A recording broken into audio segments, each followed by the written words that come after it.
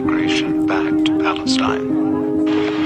Then, the biggest war the world has ever seen, the First World War in 1914, means that the Jews are to come closer to a homeland.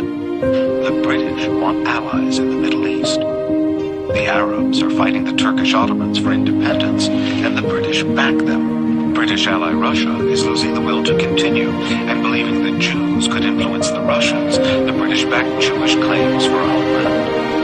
The Arabs and the Zionists felt more and more that conflicting promises had been made to each of them, promising Palestine. After the war, the Germans are defeated. The Middle East is divided between the British and the French. Palestine is now governed by Britain. Their fateful decision in 1919 to adopt the Jewish claim for a homeland as official policy is to affect the Holy Land from that moment on. The British mandate was designed specifically to bring about the creation of a national home for the Jews, which ultimately meant a state, with no similar commitment to self-government or independence or statehood for the indigenous inhabitants, in other words, the Palestinian Arab. Encouraged by the attitude of the British, 35,000 Jews emigrate to Palestine over the next 4 years. Palestinian unease about the influx leads to riots against the Jews and the British, culminating in the 3-year Arab Revolt of 1936. The Palestinians are crushed by the British and their leadership destroyed. The Jews continue to arrive, although the British start limiting numbers. The end of the Second World War makes the question of a recognized homeland a priority. 6 million Jews are exterminated in the Nazi death camps during the Holocaust, and the survivors are determined that it will never happen again.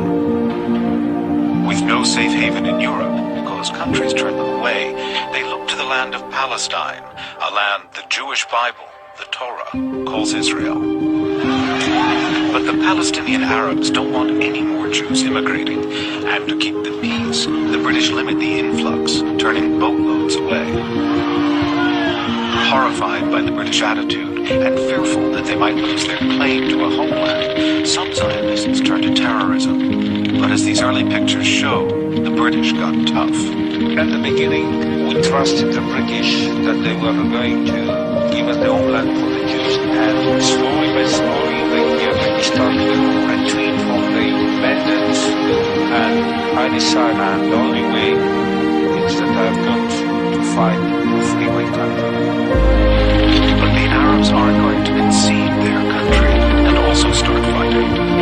In 1947, the UN needs to vote on a solution. Europe and America had limited Jewish immigration, and thousands are living in refugee camps. Yet recent images of the Holocaust are fresh in the minds of many Americans. President Truman recalls his feelings.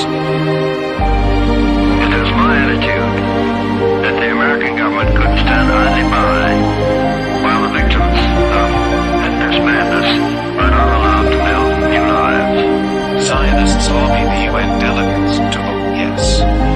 United Kingdom, Spain, the United States, yes. The resolution of the Dutch Committee for Palestine was adopted by 33 votes, 13 against, 10 abstentions. The UN decide that Palestine should be divided into separate Jewish and Arab states. The Palestinian Arabs are allocated sections to the northwest, in the center, a strip by the sea, and land on the Egyptian border. The Zionists are given what remains, while Jerusalem is to be controlled by the UN. But the Palestinians reject the plan. Nasser al-Din al-Nashashibi is a member of one of Palestine's most influential families. When they heard that the United Nations voted for the implementation of that decision of partition, I remember my father was next to me when that happened and was listening to the radio about the